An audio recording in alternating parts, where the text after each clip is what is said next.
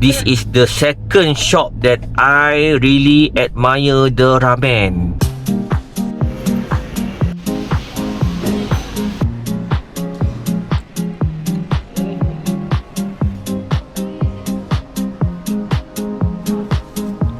Dia menyediakan ramen yang sangat sedap.